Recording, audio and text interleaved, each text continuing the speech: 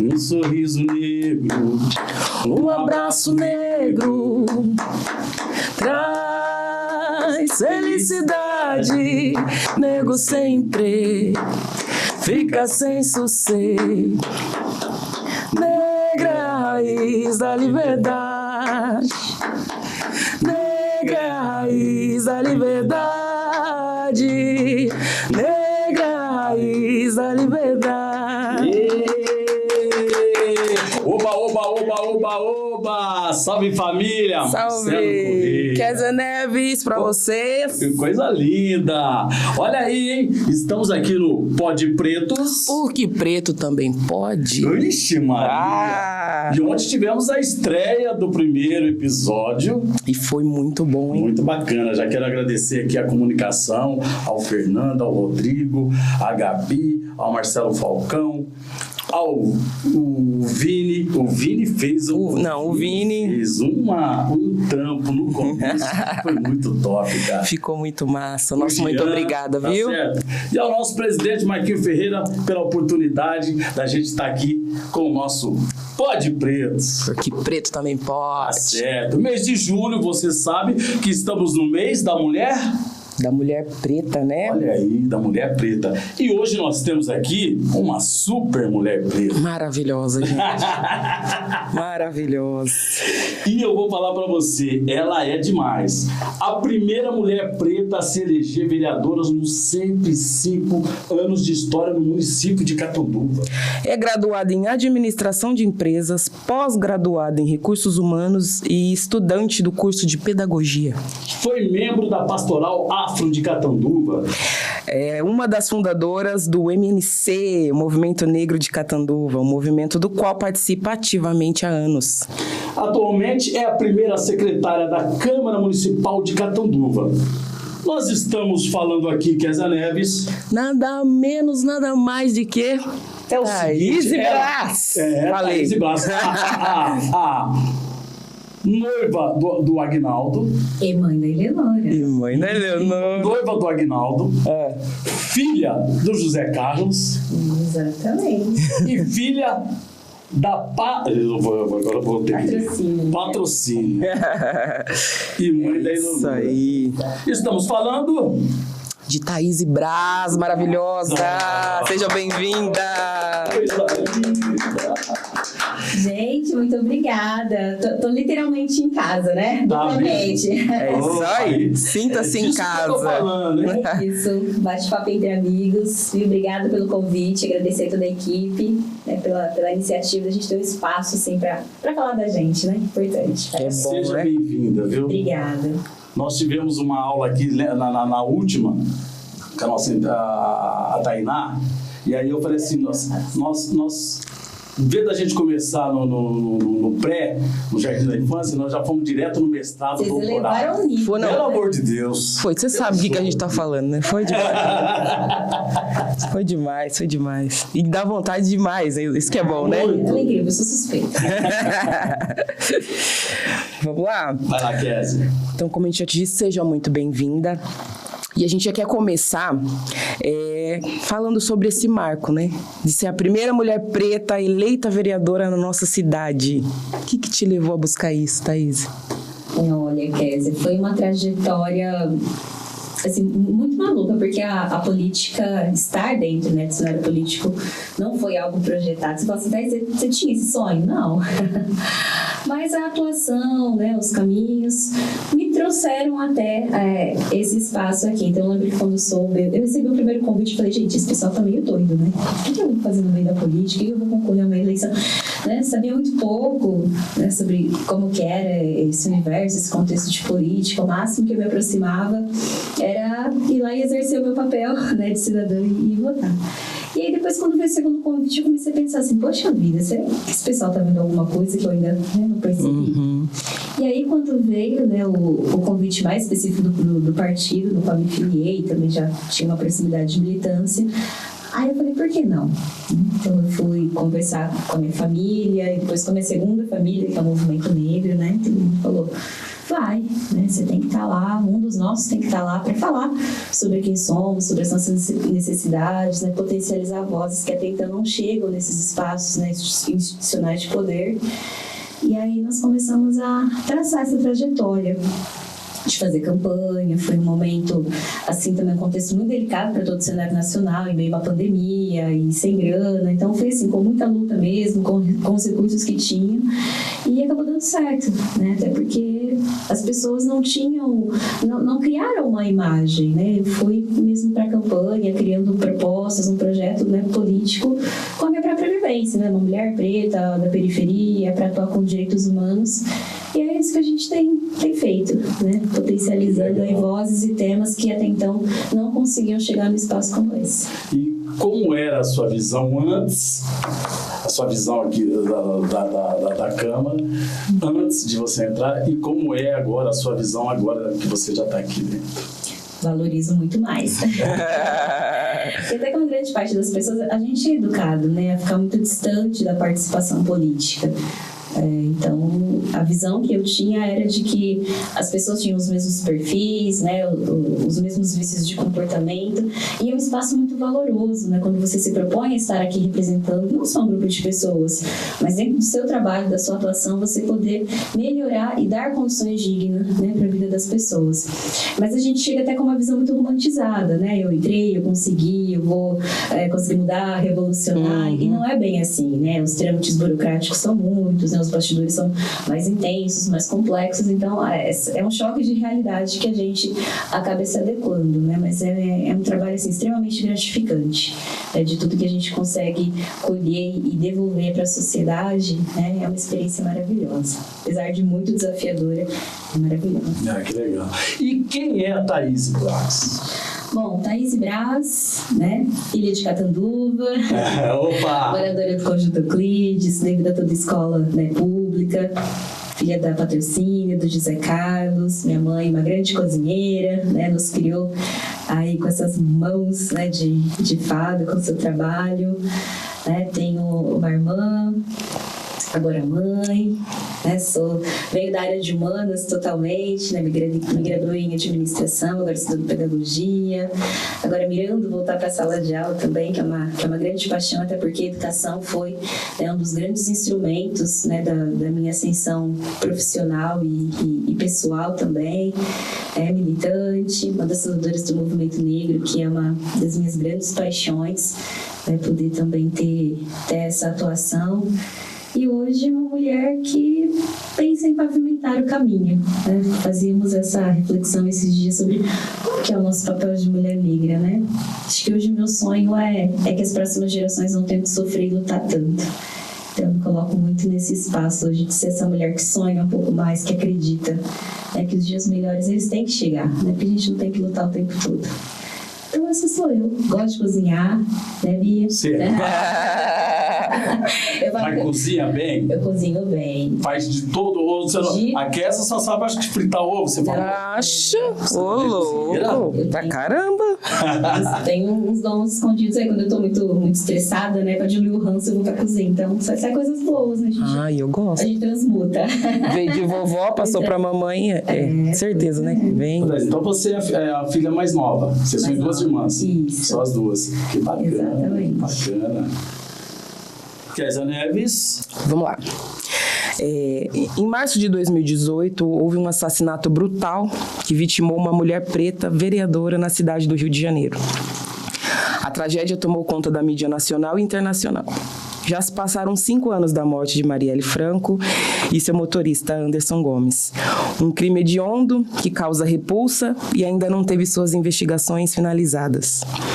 Esse fato contribuiu com sua forma de olhar para o papel social das mulheres pretas, tanto pensando nos riscos, que já são muitos, mas também pensando na diferença que você pode fazer estando no espaço de poder? Sim, quando a Marielle, né, foi executada junto com o Anderson, nós estávamos ali bem no início da nossa militância com o movimento negro. Muito antes de pensar em espaço político, mas nós já pensávamos que ali também o nosso coletivo, ele assumia uma outra responsabilidade, né, que era de atuar nessas camadas da sociedade para evitar todos os tipos de violência. Então, a execução da Marielle e do Anderson também trouxe um reflexo, um reforço de responsabilidade também, que mudou um pouco o rumo de atuação, né, do nosso coletivo. Até é importante destacar que as últimas notícias, né, do assassino, né, dos assassinos, estão começando a andar, mas ainda fica a grande resposta, né? A grande pergunta: quem mandou matar a Marielle Anderson e por quê? Então, é até uma resposta que toda a sociedade precisa, a celeridade com que o caso nos últimos meses vem sendo tratado. Acho que isso é importante, não só para a família, mas a militância e toda a sociedade merece uma resposta como essa. E hoje, estando nesse espaço, que foi um espaço que ela ocupou também de uma forma legítima, uma mulher, né, preta, eleita, que combatia e denunciava todas as formas de desigualdades e também a questão do crime organizado, então ela acabou pagando com a própria vida o compromisso da sua atuação política, né? E isso traz um reforço também quando a gente ocupa espaços institucionais como esse.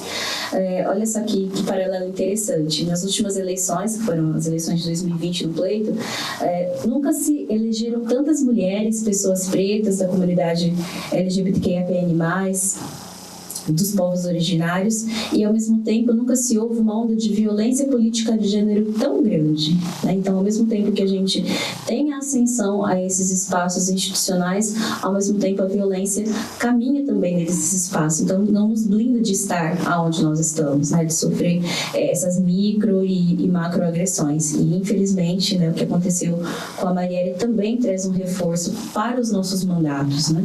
Muitas colegas foram, né, ameaçadas ou perseguidas, né? Também passei por situações como essa, então é importante a gente ocupar também, que eu digo que tão difícil chegar é se manter aqui, né? Porque quem protege as mulheres pretas que estão em espaços como esse, né? Que às vezes são cerceadas, são silenciadas, são ameaçadas por denunciarem essas desigualdades. Então, mas a gente tem que estar aqui, a gente tem que fazer, né, esse movimento também, né? E contar com toda a sociedade também para essa reflexão. Estamos aí para, se Deus quiser, vai dar tudo certo. E fala uma coisa para mim, Thaís.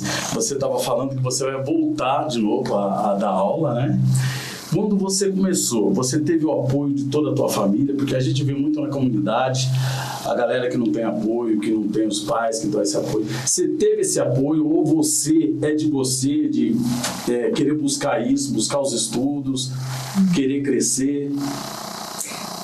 Incondicional. Minha família é sempre minha mãe. Eu falo que por ela ser uma mulher que é doméstica, que não tem nenhum ensino médio completo, minha mãe tem uma visão de mundo muito à frente, né? Até mesmo do que a própria vida propiciou para ela. Então, o grande objetivo da minha mãe é você perguntar assim: Dona Patrícia, você quer ter uma casa legal? Você quer fazer uma viagem? Você quer ter um carro? Não. O grande sonho dela, ela realizou uma parte, né? Que era que eu e minha irmã pudéssemos ter acesso ao ensino superior. Então, ela sempre acreditou muito, muito no potencial da educação como uma plataforma de transformação. Então, sempre foi o ideal de vida dela, para que nós pudéssemos ao menos ter escolhas, né? Algo que para nós mulheres negras é algo ainda muito imposto, né? De certos lugares que a gente vai ocupar só esses lugares de servidão, de subserviência, enfim. Então, para ela também foi muito transformador essa ruptura, né? Para que nós pudéssemos estar hoje em espaços que a educação, que a formação continuada nos propiciou. E para a política também não foi diferente, né? Então, a minha mãe sempre é uma pessoa que acredita muito, né? Ela sempre teve uma visão, ela falava: eu sempre te vi em lugares, assim, grandes, né? Minha mãe também sempre foi militante, veio de movimento sindical das domésticas, mas não conseguiu trilhar uma grande trajetória porque também foi impedida pelo racismo e pelo machismo. Então também me sinto muito nessa responsabilidade de dar continuidade, né, ao trabalho que ela não conseguiu porque ela foi podada, né? Por isso que eu volto a falar que a gente tem que estar sempre pavimentando um caminho para que as próximas gerações, principalmente de mulheres negras, não tenham que fazer tanta luta para ocupar esses espaços. Então, ter uma rede de apoio é até um artigo quase que de luxo, né? Mas eu consigo ter aí pessoas que me apoiam, que me ajudam em determinadas fases da vida aí, galgando e alcançando esses objetivos. Que legal. E a militância, então, veio da família já, né? Vem, tá no sangue. A mamãe passou muitas coisas? Muito, muito, muito. Eu já acompanhava, né? Quando ela ia em algumas reuniões, mobilizações, eu já acompanhava. Assim, eu achava tudo aquilo muito interessante, me atraía de alguma forma. Eu achava, né, aquilo interessante, os discursos, né, ouvindo as pessoas, o que elas ansiavam, como que elas poderiam coletivamente construir algo que já chamava a minha atenção, mas nem poderia imaginar que eu já estaria aqui, né, de alguma forma dando seguimento a essa iniciativa que ela não pôde. E a mamãe deve estar muito orgulhosa. Se me permite, eu acho que ela é minha fã número 1. Bacana. Mãe é mãe. E agora você sabe que nós somos do samba, né? Nós gostamos. Kézia Neves gosta de soltar a voz. Gosta um E eu não pouquinho. gosto, eu solto a voz perto tanto dela. Quando ela tá, eu fico quietinho, porque ela é diferenciada. E eu sou fã de Leci Brandão. E deputada Leci Brandão, E nós ficamos sabendo da homenagem que você recebeu, dessa medalha. Eu quero que você fala disso pra nós. Aí eu trouxe, né, gente? Quando nós falamos até para chamar de mim. Depois de Eleonora, né, e tantas outras, foi um momento muito emocionante, né, através da deputada Bebel, que me indicou para receber essa homenagem. Esse ano, a medalha Teodosina Ribeiro, a edição levou o nome de Elza Soares, que também é uma mulher incrível, né? Muito. E essa aqui é a medalha da doutora Teodosina Ribeiro, que também foi a primeira vereadora negra da cidade de São Paulo, a primeira deputada estadual negra, advogada, escritora, né? E esse ano várias mulheres de vários setores da sociedade foram contempladas com essa medalha, né? Várias lideranças, mulheres do esporte, mulheres do movimento popular de moradia, né? Professoras, educadoras, escritoras, mulheres lideranças de religião de matriz africana. E eu tive essa felicidade, né? Pela atuação histórica do movimento negro e também por ocupar, né, um espaço institucional. Aí, em março desse ano, fui uma das contempladas para receber a medalha Teodosina. Pelas mãos de grandes. Parabéns. E falando de Leci, Kézia canta uma música de Leci, faz uma capelinha, você sabe qual? Lê, lê, lê, lê. Essa é maravilhosa. Só uma capelinha. Leci vai ver, com certeza. Será, meu Deus? Quem sabe, Leci fala, Thaís, quem é essa preta aí? Traz pro meu escritório. Você imagina um dueto, mas sei lá... Pelo amor de Deus. Eu não tenho nem roupa pra isso, meu povo. Só um. Essa é maravilhosa. Maravilhosa. Maravilhosa, a galera pede sempre. Naquele estilo. Naquele jeito do que o seu Jorge ensinou. Um serviço de alto-falante no Morro do Pau da Bandeira. Quem avisa é o Zé do Caroço, que amanhã vai fazer alvoroço, alertando a favela inteira. Como eu queria que fosse em Mangueira, que existisse outro Zé do Caroço, pra falar de uma vez esse moço. Carnaval não é esse colosso, nossa escola é raiz, é madeira, mas é o Morro do Pau da Bandeira, de uma Vila Isabel verdadeira, que o Zé do Caroço trabalha, que o Zé do Caroço batalha e que malha o preço na feira. E na hora em que a televisão brasileira distrai toda a gente com sua novela, é que o Zé põe a boca no mundo e faz um discurso profundo. Ele quer ver o bem da favela. Está nascendo um novo líder popular no Morro do Pau da Bandeira. Está nascendo um novo líder popular no Morro do Pau da Bandeira. Deputada Leci, Kézia Neves está aqui, hein? Oi, eu aqui. Mais contato aí. E como estava o movimento?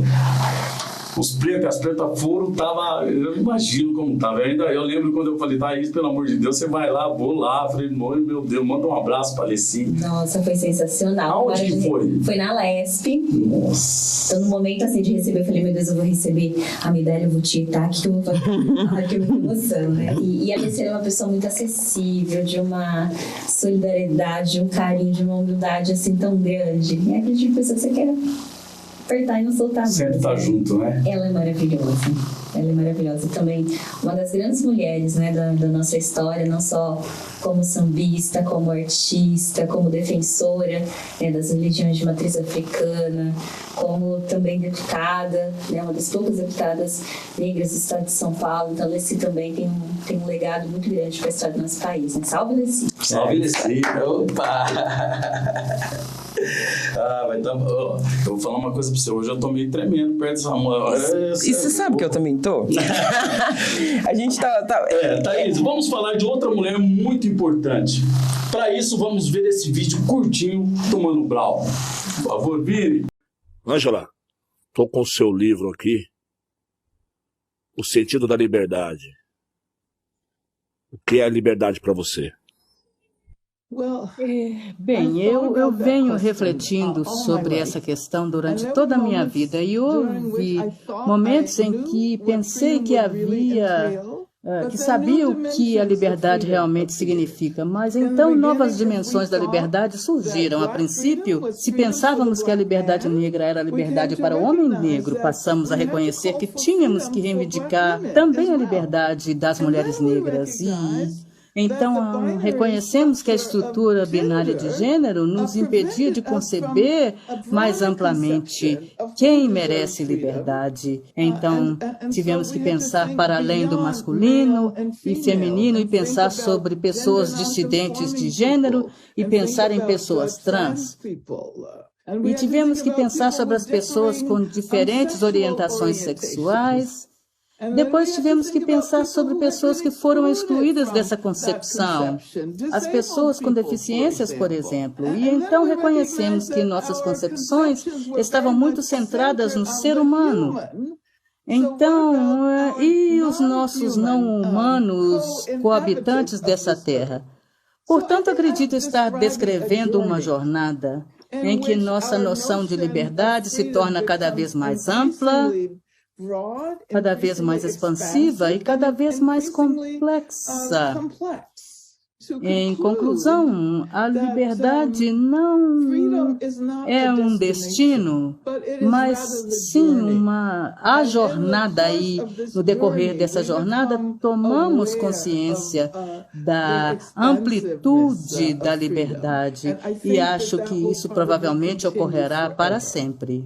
Angela Davis é uma filósofa, escritora, professora e ativista. Desde a década de 1960, luta pelos direitos da população negra e das mulheres nos Estados Unidos.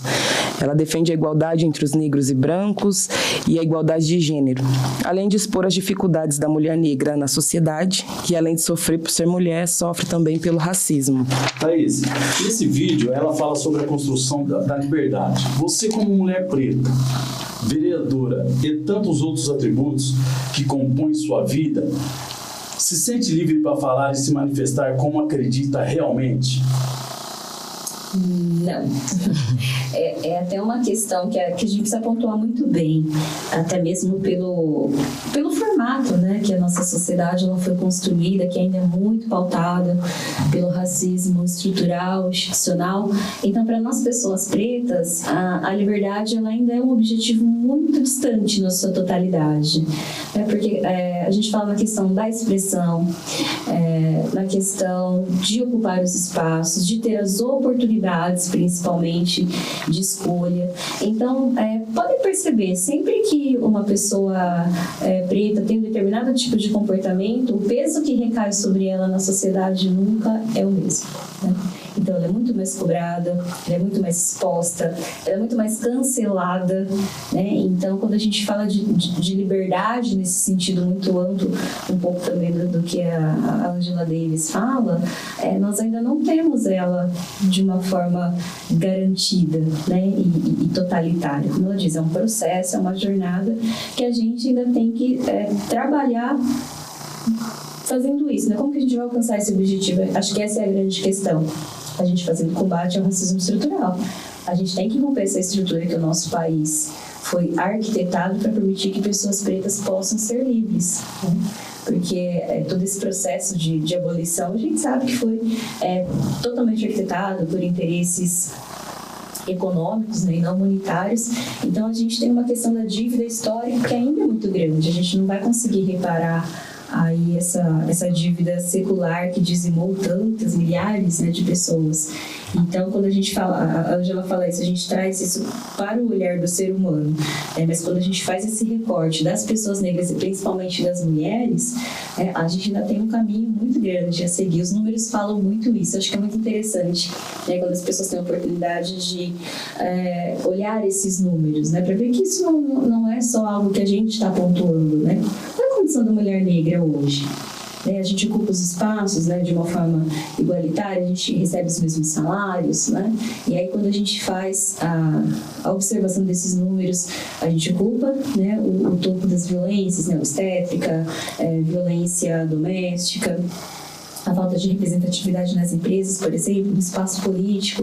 Então, a mulher negra ainda está numa condição muito vulnerável, né? Então, a liberdade é somente uma das etapas que a gente ainda precisa pontuar.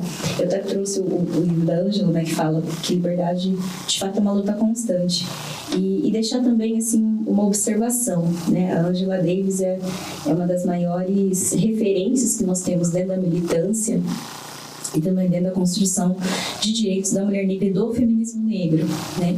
Mas nós temos Lélia Gonzalez, que poucas pessoas conhecem, né? Ao mesmo tempo que nós temos lá, a própria Ângela reconhece isso. Poxa, no Brasil vocês tiveram Lélia Gonzalez, que foi uma das grandes filósofas, professora universitária, política, uma das idealizadoras do MNU, Movimento Negro Unificado, que é o maior movimento negro que existe no nosso país, e ela faz muito também essa referência, né, sobre as questões de gênero, de raça e principalmente o papel da mulher negra na sociedade. Então vale a pena também as pessoas que né, assistirem aqui o nosso podcast, que acessem mais as obras também da Lélia. Ela traz muito esse pensamento que é muito atual, é muito contemporâneo, tudo que ela diz ainda cabe muito hoje, essa construção, né, da mulher negra e o papel que ela atua nessa sociedade. Bacana. Bacana demais. Eu vou te falar uma coisa, você sabe que até comentei com a galera, né? Porque quando eu tô com a minha rapaziada, quando eu tô, tem muita brincadeira, e principalmente ainda entre negros. Você tem alguma coisa a falar sobre isso? Essa é uma boa pergunta, né? Por que as pessoas ainda naturalizam muito esse comportamento, as falas racistas? E aí, quando a gente questiona, ainda tentam apagar esse nosso incômodo, né? Como se fosse mimimi, como se fosse algo desnecessário. E aí está a grande sacada. A gente não pode mais permitir essa desumanização com o povo preto. Então, a utilização de algumas expressões, a utilização de algumas palavras, até mesmo de alguns gestos, né? Eu percebo muito isso, por exemplo, né? Quando eu estou com trança ou com algum tipo de cabelo, sempre tem uma pessoa que vai fazer algum tipo de pergunta. Mas o que é? É cabelo seu? O uso das palavras, né? Denegrir, por exemplo, as pessoas usam de uma forma muito natural também. Então, a gente tem que estar muito atento sobre isso, né? Acho que a gente já passou de um período, a gente tem que educar, né? A educação antirracista, ela é algo urgente. A gente não vai conseguir transpor as barreiras do racismo, seja ele institucional, recreativo, não importa. A educação antirracista é o grande foco da questão. Mas acho que já passou do tempo, né, das pessoas, pelo menos, saberem o básico, que é o mínimo de regra de convivência. Não é? Então, assim, nós pessoas pretas, a gente tem que começar a partir já para um estágio de começar a pensar em ações para nós e para os nossos. Mas vocês percebem que a gente está sempre ainda dando esses passos para trás de fazer essas intervenções de educação antirracista, né? Porque as pessoas precisam se informar. Poxa, né? Tem tantas literaturas, né? Tem tantos pensadores, né? O pessoal que está mais ligado nas redes sociais, né? Os influencers, para você saber o mínimo de convivência para que justamente palavras, né? Comportamentos não sejam mais aceitos. Gestos, né? Esses dias eu tava sentada, não lembro onde que eu tava, tranquila, de boa assim, eu senti alguém mexendo em mim. A pessoa tava com a mão no meu cabelo, assim. Ai, que legal. Eu falei, E aí, como que é isso? Invadir o espaço do outro dessa forma, eu não conhecia, nunca vi na vida, me tocando. A violência, porque você não tá chegando no cabelo de uma pessoa branca, com um cabelo liso, e ficar pegando. O que sei lá, o que você passa? É seu, tá? Então, assim, essa desumanização, as pessoas naturalizaram desumanizar, né? É como se a pessoa tivesse um apelido negão. Você vai chamar a pessoa de negão. Você não vai chamar outro de brancão, por exemplo, né? Tô falando assim de uma forma muito subjetiva, muito solta. Então, as pessoas ainda têm esse comportamento de desumanizar. Poxa, a pessoa tem um nome, ela tem uma história, ela tem uma referência, ela tem uma profissão, né? Então, toda essa maneira de tirar, né, de alguma forma a dignidade, a gente está se remetendo ao período escravocrata, né? Que os escravizados não tinham nome, eles eram tratados como preto, como negro, como qualquer coisa, menos como uma pessoa. Então, esses pequenos comportamentos, essas pequenas agressões, quando elas são reproduzidas hoje, é nada mais do que a gente perpetuar o que acontecia há 300, 400 anos atrás, né? E a gente tem que romper. Não aceita esse tipo de comportamento, né? E já passou da hora das pessoas se educarem com o mínimo, né? Como eu disse, a gente já precisa passar por uma fase de começar a construir ação, né? Essas pequenas formas de lidar com o ser humano, né, principalmente da questão étnico-racial, já passou da hora das pessoas se colocarem nesse lugar mesmo, né, porque esses comportamentos a gente não tem mais que aceitar. Porque na verdade eu vou te falar, eu tô começando agora, nunca tive assim essa autoridade, sabe, esse pulso firme de falar, não, tá errado isso aí, não é assim. E agora eu começo a ver, e eu vejo vocês com toda essa autoridade e falo, pô, que bacana, né? Brigando pelos nossos. Você falou uma frase aí, brigando por você, mas brigando pelos nossos. Porque tem muita gente, você consegue falar normal, você fala bem, tudo, mas é igual eu contei aqui, em 2019 eu fui fazer direito lá, no meio de 70 alunos, eu era o único negro e eu me sentia mal. Mas eu não sofri nenhum tipo de racismo. Mas eu me sentia mal de estar ali só eu, você acredita? Essa experiência de solidão, para muitos de nós, ela acaba acontecendo e a gente até se sente incomodado, às vezes, de estar em alguns espaços. Porque você chega a olhar para o lado, aí a falta da representatividade. Poxa, cadê as outras pessoas negras que não estão aqui no banco das universidades? Cadê os professores universitários? Então, a falta de pessoas estarem, né, nesses locais faz com que nós nos sintamos assim, não só inadequados, mas também sozinhos. Nossa, mas será que esse espaço é para mim? Será que eu vou conseguir estar aqui para cumprir o meu objetivo? A gente começa a se sentir deslocado justamente por esse sentimento de não ter outros ali, né, também fazendo essa revolução. Que para mim é revolução, né? Cada vez que uma pessoa preta ela consegue ocupar um espaço que até então não haviam pessoas negras, é revolução, é um marco, né? Porque a sociedade ela começa a se moldar para a nossa presença, e não ao contrário, porque a gente passou tempo demais se moldando, né? A gente tinha que alisar o cabelo porque tinha que estar naquele emprego, porque tinha que ser assim, por isso. A gente passou muito tempo, né, descaracterizando o nosso pertencimento preto para caber na sociedade. Agora não.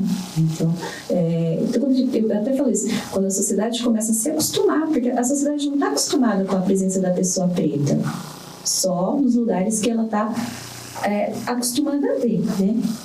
Dessa profissão, né? Essa servindo ali. Servindo. Então, quando você ultrapassa, poxa, uma pessoa negra estudando direito, né? Você está revolucionando. E é essa ocupação e essa revolução que a gente tem que fazer constantemente, né? Então, às vezes esse incômodo vem, né?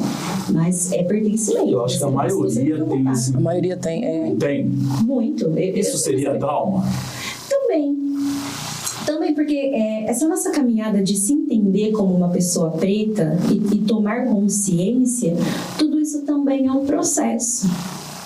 Hoje a gente tem a oportunidade de falar com os nossos filhos, né, com os nossos netos, com as crianças, né, de uma forma mais acessível, já empoderando, já mostrando como é que funciona. Para a gente não foi assim, né, por uma falta até mesmo de informação dos nossos pais, a falta de acesso na mídia, enfim, por vários setores. Então a gente cresceu muito refém ainda desse racismo. A gente se colocava e aceitava esse lugar que a sociedade, nesse condicionamento de padrão que a gente fala, olha só, até aqui. Muitas vezes nós não éramos encorajados a ir adiante, né? Ou quando ir, retroagir, porque a gente não tinha essa segurança, esse pertencimento de encarar, porque é muito doloroso, né? Você ter que peitar o racismo para você conseguir algo. Né?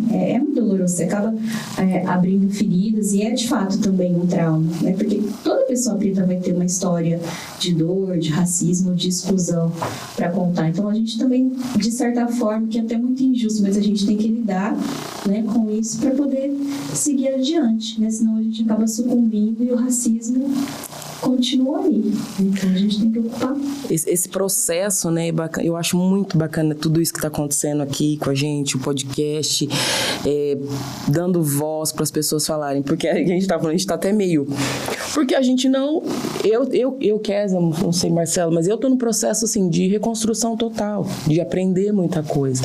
Selma entrou na minha vida, assim, abrindo os meus olhos para um monte de coisa, né, e cada vez que a gente recebe pessoas assim como vocês, que têm essa autoridade de vir e falar e nos ensinar, é muito bacana, é muito massa tudo isso. Na verdade, a gente quer levar essa mensagem bem, não assim, tão técnico, né? Mas uma mensagem que a pessoa lá consiga entender. Consiga entender, sim. Que como tem que ser, né, Kézia? Exato. Sim, é muito bacana isso. Eu tô feliz demais. Assim, gente, quando eu soube que ia ter um podcast, olha isso. E é maravilhoso. Até falando assim um pouco do trabalho do movimento negro, que é isso que a gente faz, né? A gente se acolhe, a gente se cuida, a gente se cura, né? A gente chama isso de aquilombar, né? A gente tá aquilombando, a gente tá reunindo, a gente tá assim, se fortalecendo, porque a cada fase da nossa vida a gente também vai amadurecendo. Poxa, quem a gente é, o que eu conquistei até agora, onde eu posso chegar, né? Então é muito bacana, isso é ancestral, né? A gente poder estar aqui, pensa, hoje 2023, né? A gente está aqui, pessoas pretas sentadas, sendo protagonistas, falando da nossa história, da nossa vivência. Poxa vida, né? Olha, e muitas vezes a gente não tem essa noção, né? Dizendo que nem nós, eu e Marcelo, que estamos aí engatinhando. A gente não tem essa noção nenhuma de que... Eu gostei. De que, de certa forma, a gente está representando outras pessoas que não têm voz para falar, que não têm a oportunidade de estar falando, né? Eu converso muito com a Selma e ela me mostra muito isso, ela tem mostrado muito isso. Eu já comentei aqui com vocês, né, que ela falou, tá, nega, e aí? Que legal, né? Você tá fazendo tudo isso, mas e aí? Aí eu falei, e aí o que, Selma? Ela falou, e agora, a partir de agora, o que vai ser? O que nós vamos fazer? O que você pretende? Porque você está sendo vista, as pessoas estão te ouvindo e tem gente que não é ouvida e a gente precisa fazer alguma coisa. E aí, celebrar também, né? Juntos. Porque a gente já passa assim, por tanta situação delicada que a gente fica às vezes muito refém, a gente tem dificuldade às vezes de celebrar o outro, né? De celebrar as pequenas conquistas. Então, gente, olha que revolução, né? A Câmara Municipal de Catanduva ter um espaço para pessoas pretas da sociedade falarem, serem ouvidas, né? Então, assim, isso é uma revolução maravilhosa. É muito bom. É um movimento coletivo, cara, isso é muito importante. É muito legal ter. O Brasil é um dos maiores, tá entre os maiores racistas, não? Sim, até porque, historicamente, foi o último país a abolir, né, a escravidão. Então, os valores da sociedade ainda brasileira são muito pautados no padrão europeu ainda, né? Do que é mais belo, do que é mais bem aceito. Então, aonde a gente para olhar, todas as referências acabam sendo de fora, né? E as referências afro-brasileiras, a gente ainda está ali naquele caminho, né? Até mesmo, como eu disse, por uma questão histórica, mas a gente não pode negar, né, que infelizmente a nossa sociedade ela é racista, e reconhecer que o racismo ele é um problema da sociedade já é um passo. Estamos conseguindo fazer isso. Por quê? Porque a partir disso as pessoas tomam consciência, porque toda a sociedade acabou sendo beneficiada por tudo que o racismo e a escravidão deixou nesse país, né? Quem foram as mãos que construíram tudo isso que a gente tem, né? E custou muito caro, custaram vidas, custaram gerações inteiras. Então, hoje a gente está tendo que fazer um exercício de ocupar o lugar que foi tirado, né, dos nossos. Então, por isso que eu falo que celebrar cada conquista, ela é muito importante, porque a gente também faz, de alguma forma, justiça à memória dos nossos, né, que não tiveram oportunidade nenhuma, pelo contrário. Eu até numa pesquisa recente para fazer uma palestra numa escola, eu li um dado que eu fiquei assim, quando eu li, eu tive que reler aquilo umas 2, 3 vezes, porque aquilo me incomodou muito, né? Foram mais de 20 gerações presas na escravidão.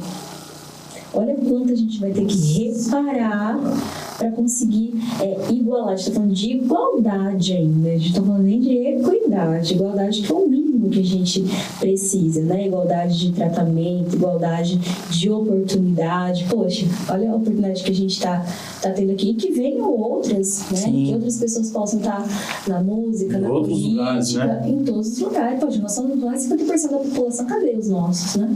Cadê os nossos irmãos e irmãs? A gente quer todo mundo aqui. A gente quer quilombar mais, a gente quer conquistar mais, a gente quer mais vozes aqui. Você falou dos nossos agora, eu vejo nos Estados Unidos, quando sempre acontece alguma coisa, eles são muito... Eles vão pra cima, igual... Vou falar de... A cuíca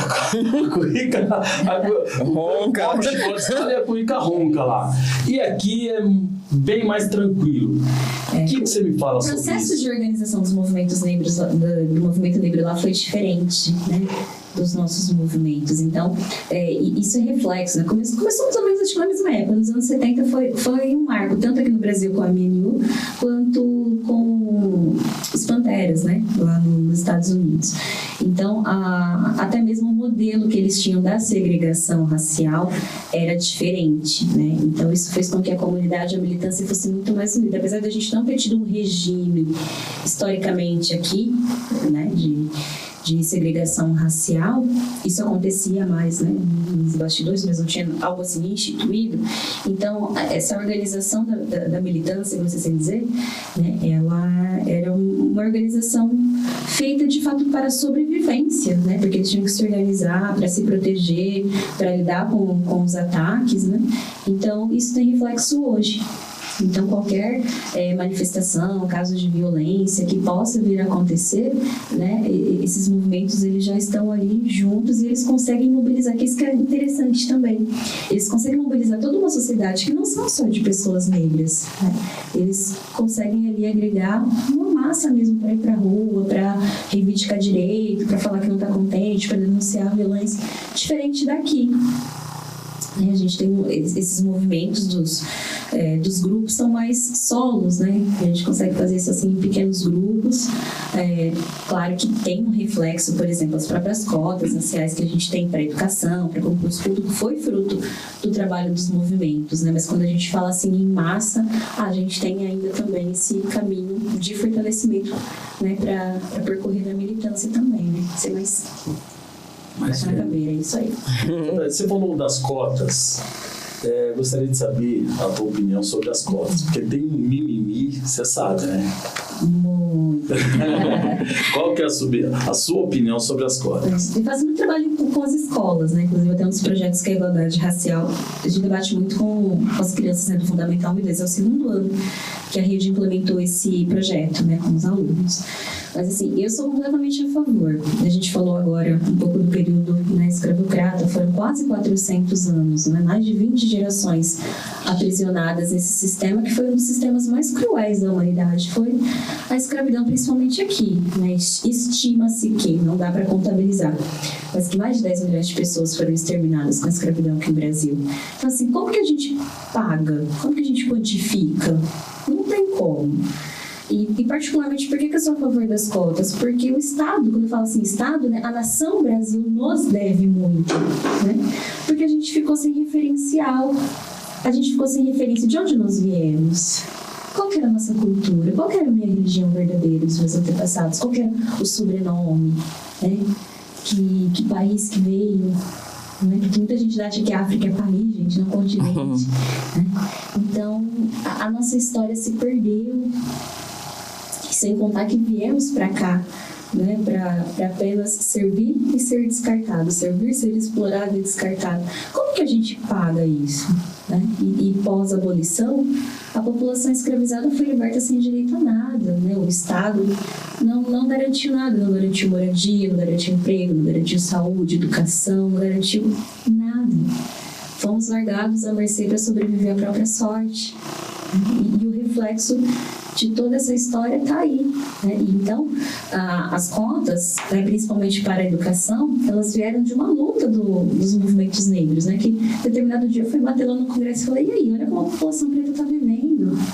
A gente mora mal, a gente não tem transporte, a gente não tem saúde adequada, o emprego, né, é ruim. O que você tem que fazer? Foram cobrar uma solução. E aí, assim, estou falando bem rapidinho, não vou resolver, mas aí eles pensaram numa política pública afirmativa para poder dar uma resposta, né, para esses movimentos que se uniram e foram entregar essa carta. E aí eles pensaram no modelo de cota para ingressar nas faculdades, né, no ensino superior, nas faculdades públicas, né, e privadas, que existem as cotas raciais para pessoas pretas, pardas e indígenas e as cotas sociais que têm um critério de renda por família. Né? Então, essa é só uma das formas que hoje o Estado entende que é dar acesso à educação superior, né? Que a gente sabe que vai oportunizar as pessoas terem uma profissão, uma vida mais digna, uma renda mais adequada, mas sim o restante. A gente não está nem cobrando o restante. Você imagina se cada pessoa preta desse país parece para bater lá na porta do Estado, olha, eu quero a indenização das minhas 20 gerações que ficaram lá. Né? Então, assim, é só uma das políticas públicas, né? Eu não falo que é dívida histórica, porque não tem como a gente pagar, mas é uma reparação, uma das. Então, eu sou muito a favor, né, de tudo que nos foi tirado, estamos devolvendo parte que é só a educação, né, de toda a desumanização. Então, acho que é importante também as pessoas buscarem, né, não dizendo assim, olha, quem é a favor, quem é contra, mas buscar essa informação, essas referências, né, porque é um direito que não nos foi dado lá atrás, a gente só está cobrando agora. Fala fácil, Thaís. Fala fácil. E a gente fica assim, ó, hipnotizado, escutando ela falar. Mais aula, doutorado e mestrado de novo. Vou chegar lá. Você falou em sobrenome, Braz. Eu vi lá em Monte Azul Paulista alguém recebendo da família Braz o que está acontecendo? Vocês estão dominando o estado de São Paulo, é isso? Mas sei lá, a gente está enjoado. Estamos enjoados. Você começou na família, a família é assim que tem que ser. Eu só tomou gosto agora não tem. Conta pra nós. Não, meu saudoso avô, né, seu Natalino Braz, lá de Monte Azul. A família Braz é muito conhecida. Vocês já fizeram um samba lá, vocês já viram a galera lá? Já, é grande, a turma é grande. Bebedouro. Tem galera que tem. Meus primos têm grupo, então assim, é sobre. O Dodô é teu primo? Dodô é meu primo. Dodô, olha aí. O Dodôzão. Mandar um abraço. Alô, Dodô! Vamos junto, meu parceiro. E aí ele recebeu, né, da prefeitura a minha família é uma das famílias mais tradicionais lá de Monte Azul, né? Foi uma das famílias que chegou também pós a libertação dos escravizados, né? Vieram lá do Rio de Janeiro, pós, né, esse período, e se instalaram ali por Monte Azul. Então foi uma das famílias, né, mais tradicionais. E aí meu avô recebeu, né, uma homenagem da prefeitura com um espaço que foi recém-inaugurado com o nome dele, né? Uma forma de manter aí a memória. Que legal. A família Braz por enquanto tá no interior, daqui a pouco... Ah, não, mas tem braço por aí. O pessoal era animado, hein? Tá por aí. Ô, Thaís, você percebe a diferença entre o racismo contra o homem preto e a mulher preta? Olha, o racismo, ele vai pautar o indivíduo, né? Então, mulher preta, homem preto... Só que aí, como que a gente tem que ter esse olhar? Justamente como eu disse anteriormente, pelos números. A mulher negra, ela ainda está numa condição um pouco mais vulnerável do que o homem negro. Porque, além do racismo, ela ainda é acometida pelo sexismo, né? A questão do gênero pesa um pouco mais. Eu não sei se vocês assistiram o filme Medida Provisória. Não sei se vocês assistiram, né? Quando vocês tiverem oportunidade, assistam. É até um filme que fala sobre as pessoas negras que tinham que voltar para a África. É como se baixasse um regime, né? E todas as pessoas negras tinham que voltar para a África. Então, tem todo um desenrolar ali da trama. Em determinado momento, a Thais Araújo, que é uma das protagonistas, ela fala essa frase sempre muito marcada para mim, que a mulher negra é a mula do mundo. É uma frase muito forte, né? Mas que ela faz muito sentido. Por que eu digo que a mulher negra ela está mais vulnerável? justamente assim, pela exaustão. Tem também uma pesquisa, eu só não vou saber a referência, que as mulheres negras estão morrendo mais e mais jovens, justamente por uma questão de exaustão, estão adoecendo muito rápido. Pela maternidade solo, por uma jornada de trabalho dupla, tripla, pelas condições da violência, né? A violência contra a mulher hoje, ela já está em estado de epidemia, né? Tanto que cresceu. E a mulher negra, ela é mais acometida, né? Então as nossas mulheres estão morrendo mais, não só de questões mentais que levam a outras fragilidades de saúde, mas a violência em si, né? E por que a mulher está ainda nessa condição? Porque ela tem menores salários, porque ela está em subemprego ou empregos de alto risco, né? Então o racismo, ele acaba assim afetando mais o indivíduo, mas a mulher negra tem uma sobrecarga ainda um pouco maior por ser mulher e por ser negra. Ela acaba tendo aí esse duplo acúmulo, vamos dizer, da sociedade. Entendemos que precisa acabar urgente, né? Urgentemente. E nós estamos no mês de julho da Mulher Preta e eu vi as oficinas de dança. Foi maravilhoso. Piquenique. As mulheres pretas todas unidas. Conta pra nós aí desse evento. Foi lindo, né? O Julho das Pretas é um movimento que acontece nacionalmente, né? Em comemoração ao dia 25 de julho, que é o Dia Internacional da Mulher Negra, Latino-Americana e Caribenha, e dia de Teresa de Benguela, que também foi uma grande liderança no Quilombo, resistiu por mais de 20 anos também, quando o companheiro foi morto. E, curiosamente, indígenas também faziam parte desse quilombo, junto com pessoas que foram escravizadas. Então, uma grande liderança que por 20 anos resistiu ali no ápice do período escravocrata. E aí, em comemoração, o Movimento Negro fez, né, o Festival Julho das Pretas. Então, foi um dia, assim, muito bacana, uma tarde. Nós tivemos oficinas de maquiagem, oficina de dança, oficina para as crianças, né, cuidarem dos cabelos, já, né, potencializar, assim, a autoestima dos pequenininhos. Palestras de empoderamento. A Paty Mello fez uma roda de conversa, assim, ela é maravilhosa, sabe, colocando mulherada, assim, para cima. E aí, nós tivemos também a presença do ministro, né, Alexandre Padilha, que estava na região, passou no nosso evento para prestigiar. Que legal, hein? Nossa, chique. Chique. Tá ficando enjoado. E aí nós lemos também, né, as mulheres negras no movimento, nós elaboramos uma carta manifesto sobre a condição da mulher negra, sobre criar políticas públicas, né? E essa carta chegou à presidência, né? Nós recebemos uma mensagem essa semana, assim, a assessoria da Presidência da República recebeu a nossa carta que o ministro levou.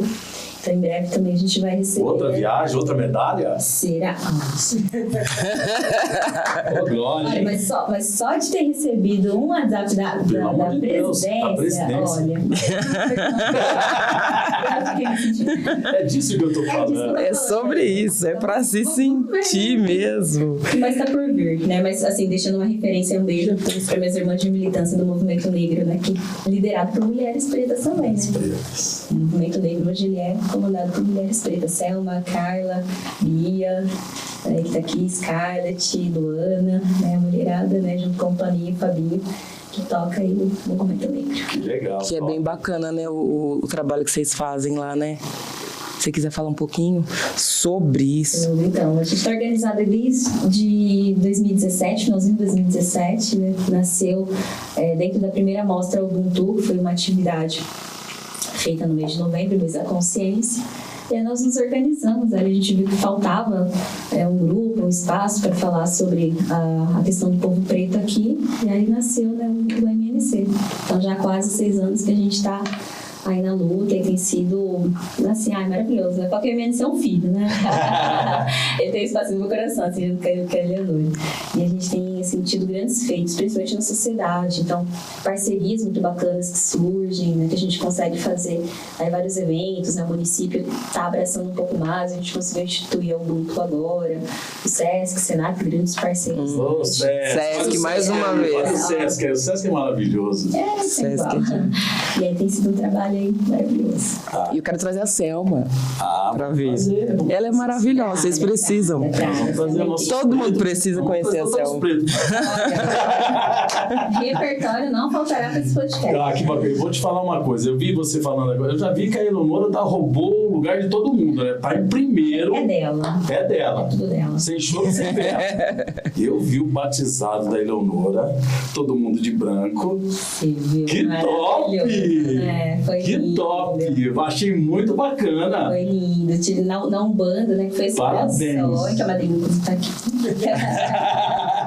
Que eu acho que é importante trazer esse resgate também da ancestralidade para ela, né? Então, poxa, que ela tem opções, né? Assim, nada vai ser imposto, mas que ela conheça também um pouco da espiritualidade, daquilo, né, que é nosso, que vem também lá de longe, né? As rezas, a cultura. Então foi assim, um momento assim, maravilhoso, né, da espiritualidade dos orixás na vida dela. Foi lindo. Ele é lindo demais. Eu acho que falta bastante isso. O acolhimento dos pais com o filho e colocando como você está colocando, né? A gente já vem e ela já vai vir daquele jeito. Segura a Eleonora aí que ela vem pesada, hein? Com tudo. Ô, Thaís, eu conversei com a Tainá da outra vez, a gente falou um pouquinho sobre isso, questão da Eleonora. As minhas filhas são negras, não retintas, né? Isso. E eu sofro um pouco com isso, né? A questão delas, porque é complicado. Uma tem uma autoestima elevadíssima, que não tem problema com nada, e ela fala que ela é linda, o cabelo é lindo, eu sou linda, pronto, acabou. E debate na escola, a pequena, de 7 anos, eu sou linda e acabou. Ela é bem assim. Mas com a Duda, mais velha, a gente já teve vários problemas, teve fase de querer alisar o cabelo porque ela não se encontrava com os amigos e tal.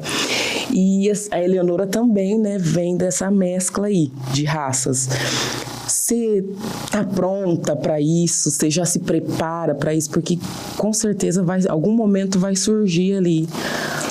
Eu acho que não. Eu acho que eu sou aquela mãe que quando acontecer, eu vou na escola e vou perder esse bebê. Porque eu lembro assim, os meus sobrinhos, né, eles não são retintos, mas eu lembro que eu já na escola eu já brigava, já questionava porque que ensinaram a cor da pele, já ia aquela que ia lá e falava, ó, tá aqui, ó, tem que ensinar. E que a Eleonora fica muito pensativa, porque também, por ser mulher, ela não é uma criança negra retinta, mas ela é uma criança negra. Mas ela é uma criança negra. Então, eu acho que vai ser um exercício assim duplo, quanto mãe quanto militante, né? De preparar ela, né? Mas também cobrar dos lugares que ela vai estar. Porque assim, a responsabilidade não pode ser só dela, que é uma criança. Sim. Por isso que até quando nós começamos a pensar nesse projeto do Educar para a Igualdade Racial, agora a gente está até tentando adaptar esse molde para as crianças do infantil. Porque o racismo ele começa muito sutilzinho, né? A criança outra, ela vai reproduzir. E geralmente para as crianças negras, quando você cai na escola, gente, é o primeiro espaço que você começa a traumatizar, porque é ali que começa, né? A piadinha, o tratamento, tudo começa ali. Então, não só preparar a criança, como eu disse, né? Você tem que também preparar o ambiente. Porque senão a criança só vai aprender a se defender, você vai empoderar, mas ela fica só numa condição de defesa. De defesa o tempo todo. Ela tem que ocupar aquele espaço, ela tem que ser respeitada da forma que ela é. Né? Então, para os pais também estarem atentos, né? Se é na escola, se é no curso, se é na igreja, onde quer que for. Né? Então, esses espaços também tem que estar, acho que não é nem adequados, né? Porque a gente não é um problema para a pessoa se adequar. Tem que estar preparado, né? Para lidar com o indivíduo. Né? Se tem deficiência, se tem orientação sexual, cor da pele, cabelo. Então a gente também tem que aprender a cobrar, né, desses responsáveis, preparar os nossos, né, mas também cobrar de quem vai cobrar de quem. É por isso que a gente fala sobre isso, que parece que é uma coisa pequena, uma coisa boa, mas até mesmo dentro de casa, na família, né? Que eu encontrei muita dificuldade com isso. De tipo, alisa o cabelo dela assim. Mas por que eu tenho que alisar o cabelo dela? Ah, porque é mais bonito você alisar o cabelo dela. E aí eu tenho que falar, gente, mas vocês não entendem que nós somos negros, que elas são pretas? Não, mas elas não são tão pretas assim. Elas são crianças pretas. E aí dentro de casa mesmo, da família, rolava esse choque, sabe? Nós sofremos bastante. Hoje, graças a Deus, estão encaminhadas já, né? A Duda conseguiu entender e enxergar a beleza dela. Tanto que a gente participou de um evento juntas, eu não lembro que cidade foi, Thaís.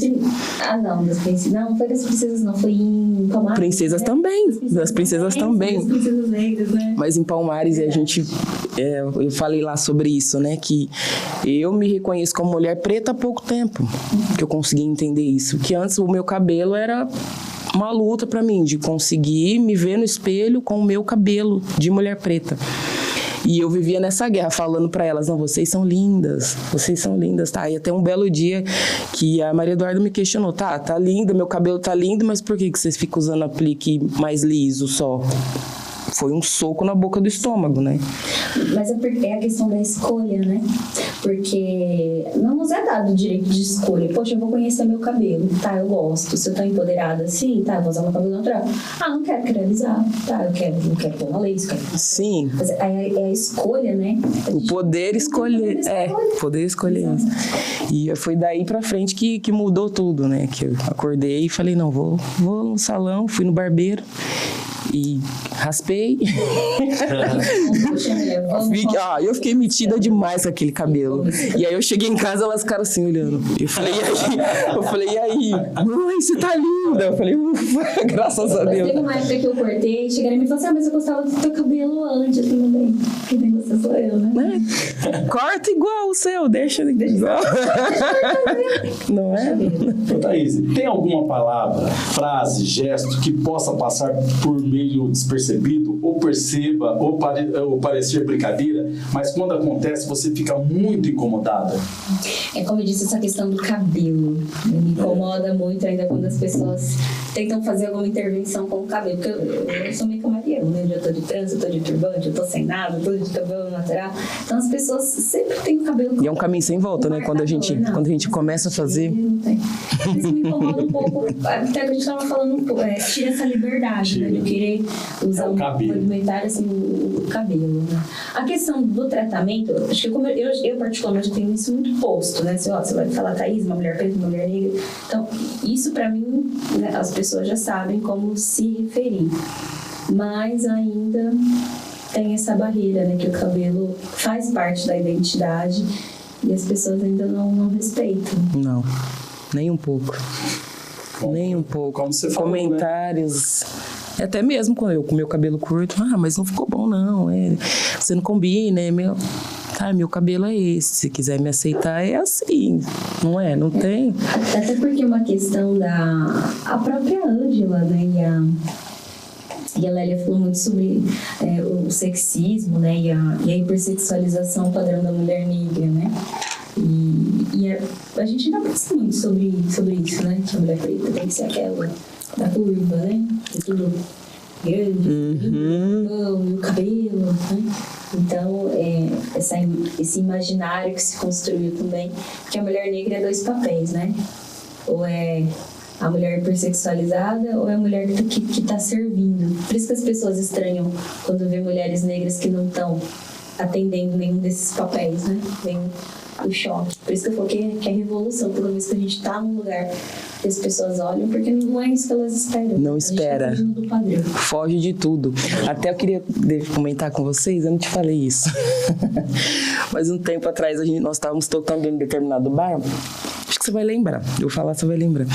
E a Tainá tava lá também, a Thay Vieira. Beijo, nega. Também vai vir aqui. E aí o Marcelo falou, faz alguma coisa vocês duas. E a gente foi fazer. E eu tava com um amigo sentado numa mesa do lado de fora.